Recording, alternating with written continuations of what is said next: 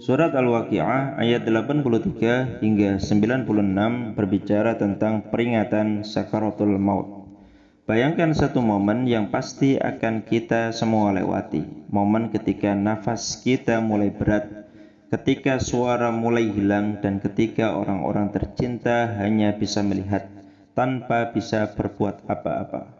Falaula idza balaghatil hulqum, maka mengapa ketika nyawa telah sampai di tenggorokan, wa antum hina idzin tanzurun, dan kamu ketika itu hanya melihat.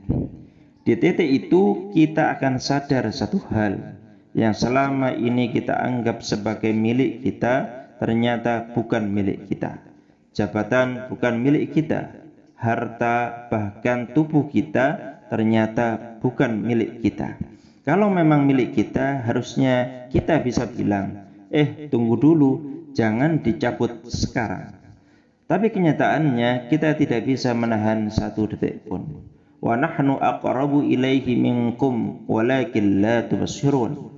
Dan kami, Allah, lebih dekat kepadanya daripada kamu, tetapi kamu tidak melihat.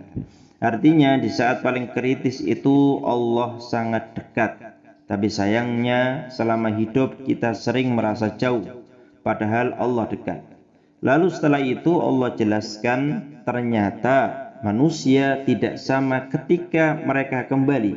Ada yang pulang dengan penuh kebahagiaan. Farahu wa raihanu wa jannatu na'im. Maka baginya ketentraman, rizki dan surga yang penuh kenikmatan. Ada juga yang pulang dengan keselamatan sederhana, tidak istimewa, tapi selamat.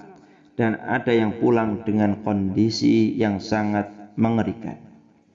Hidup ini bukan tentang siapa yang paling lama hidup, tapi bagaimana cara kita pulang.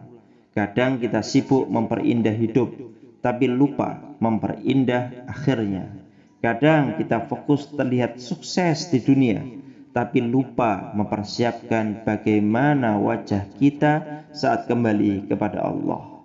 Padahal penutup surat ini sangat luar biasa.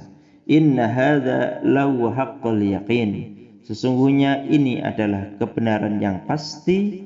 Fasabbih bismi rabbikal azim. Maka bertasbihlah dengan nama Tuhanmu yang maha agung.